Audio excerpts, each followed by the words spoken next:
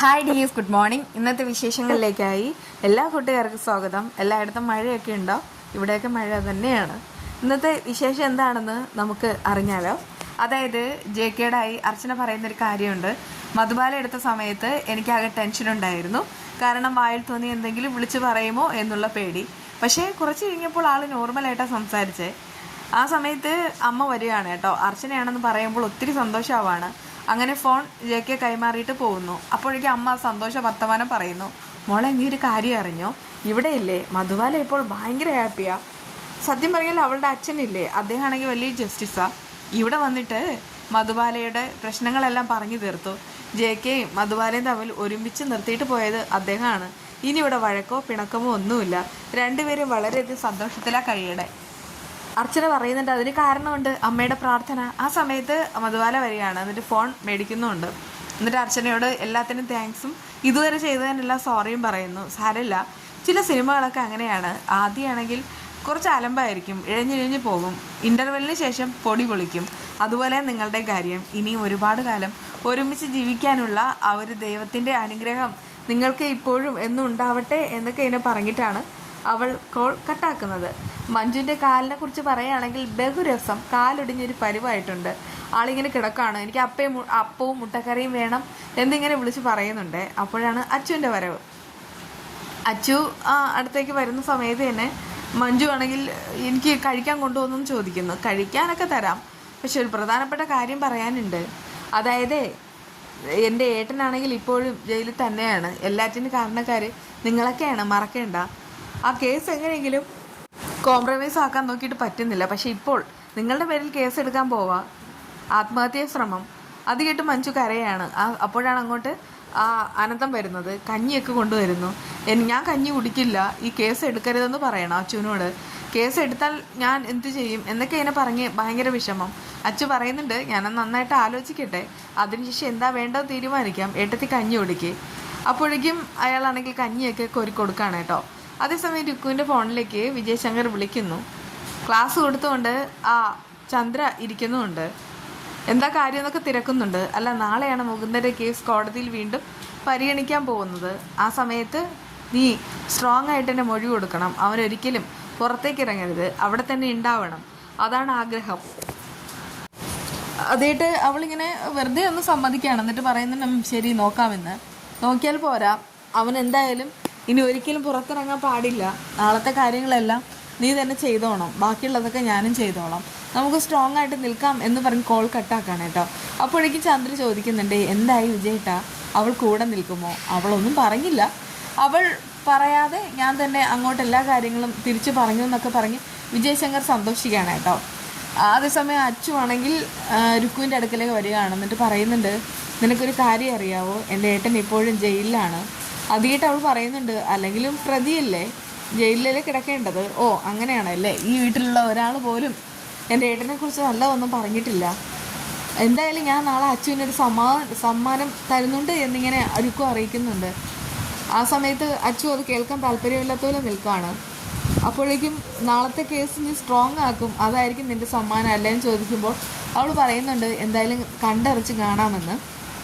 അങ്ങനെ രാവിലെ തന്നെ രുക്കു കോടതിയിലേക്ക് വരികയാണേ. അപ്പോഴേക്കും മുകുന്ദനെ പോയി കാണുകയാണ്. മുകുന്ദൻ പറയുന്നുണ്ട് എനിക്കിവിടെ എന്താണെന്ന് അറിയാൻ നീ വന്നതായിരിക്കും. ഭയങ്കര സുഖ, രാവിലെ പത്രം കിട്ടും, ബെഡ് കോഫി കിട്ടും, അതുപോലെ തന്നെ എല്ലാ ആഹാരവും കിട്ടും, നമുക്ക് സന്തോഷിച്ച് എല്ലായിടത്തും പോകാം. അത് കേട്ട് രുക്കു പറയുന്നുണ്ട് അയ്യോ ഈ കേസ് ഞാൻ പിൻവലിക്കാം. ഓ നീ വെറുതെ എന്നെയാണെങ്കിലേ വെറുതെ മോഹിപ്പിക്കാനായിട്ട് വന്നതെന്ന് മനസ്സിലായി, നീ കുറച്ചുകൂടെ സ്ട്രോങ് ആക്കും, അതിവിടെ വേണ്ടെന്നൊക്കെ പറയുകയാണേ. അപ്പോഴേക്കും അച്ചു അങ്ങോട്ട് എത്തുകയാണ്. അപ്പോഴേക്കും അച്ചുവിനോടായി രുക്കു പറയുന്നുണ്ട് ഞാൻ പറഞ്ഞില്ലേ കേസ് കോംപ്രമൈസ് ആക്കാം.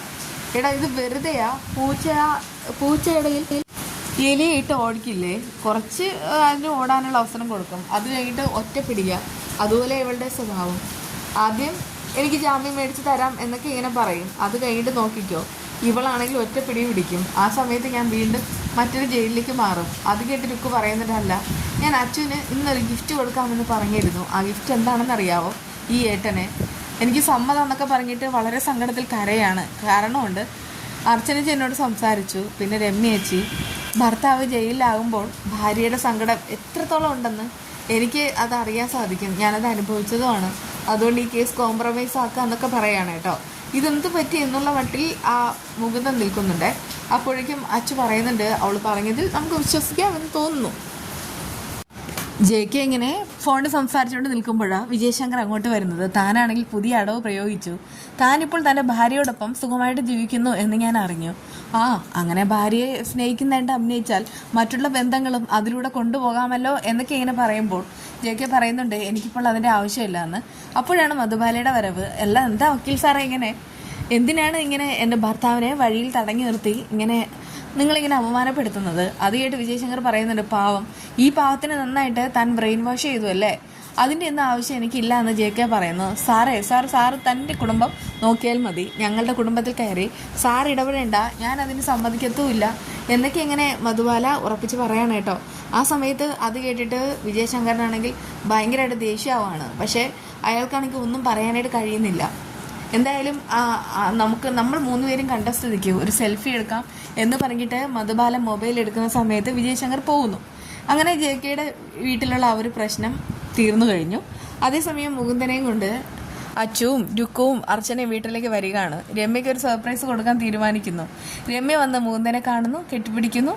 അവിടെ ശുഭം. ആ സമയത്ത് അർച്ചന അടക്കം എല്ലാവരും അങ്ങോട്ട് വരികയാണ്. രമ്യയോടായി അവർ പറയുന്നുണ്ട് രുക്കുവാണ് കേസ് പിൻവലിച്ചതെന്ന്. അത് കേട്ട് സന്തോഷമായിട്ട് അവരൊക്കെ സംസാരിക്കുമ്പോഴാണ് മഞ്ജു ഒടിഞ്ഞ കാലുമായിട്ട് വരുന്നത്. എല്ലാവർക്കും നല്ല കാലം, എനിക്കിതൊന്നും കാണാൻ വയ്യേ എന്ന് പറഞ്ഞിട്ട് അവൾ അകത്തേക്ക് വെച്ച് പോവാണ് കേട്ടോ. അങ്ങനെ ഈ വിജയശങ്കർ ആണെങ്കിൽ രുക്കുവിനെ വിളിക്കാൻ ശ്രമിക്കുമ്പോൾ രുക്കുവിനെ കിട്ടുന്നേ ഇല്ല. ചന്ദ്ര പറയുന്നുണ്ട്, അവളെ വിളിച്ചിട്ട് കിട്ടിയില്ല അല്ലേ, അവളാണെങ്കിൽ നിങ്ങളെ ചതിച്ചു, നിങ്ങൾക്കത് മനസ്സിലായില്ല. എന്തായിരുന്നു ഏട്ടന്? അനിയത്തി എന്ന് പറഞ്ഞാൽ ജീവനാ, ഇപ്പോൾ കണ്ടില്ലേ, അനിയത്തി തന്നെ നിങ്ങളെ ചതിച്ചു.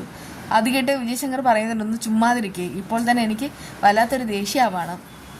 അപ്പോഴേക്കും വിജയശങ്കറിന് ഒരു കോൾ വരികയാണ്. പരിചയമില്ലാത്ത നമ്പർ ആയതുകൊണ്ട് ചന്ദ്രയുടെ കയ്യിലേക്ക് കൊടുക്കുകയാണ്.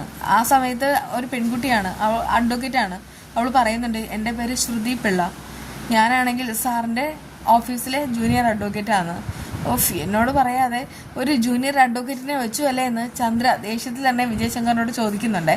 ആ സമയത്ത് ഫോൺ കൈമാറുമ്പോൾ വിജയശങ്കറിനോടായി അവർ പറയുന്നുണ്ട്, ഒരു KNK കമ്പനിയുടെ ലീഗൽ അഡ്വൈസർ ആയിരുന്ന വിജയശങ്കറിനെ അവർ അതിൽ നിന്ന് മാറ്റാൻ പോകുന്നു.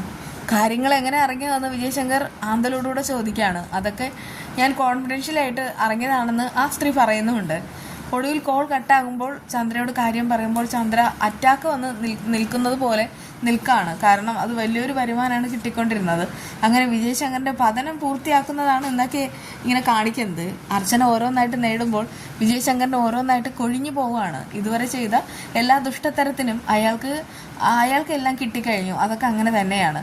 എന്തായാലും നമ്മൾ ഒരാളെ ഉപദ്രവിക്കാനോ അവരുടെ ഉപജീവനം മുട്ടിക്കാനോ എന്തെങ്കിലും ശ്രമിക്കുന്ന സമയത്ത് നമുക്ക് അത് എപ്പോഴായാലും തിരിച്ചടി കിട്ടും. അത് തന്നെയാണ് ഇതിലൂടെയും കാണിക്കുന്നത്. എന്തായാലും ബാക്കി വിശേഷമായി കാണാം. ബൈ.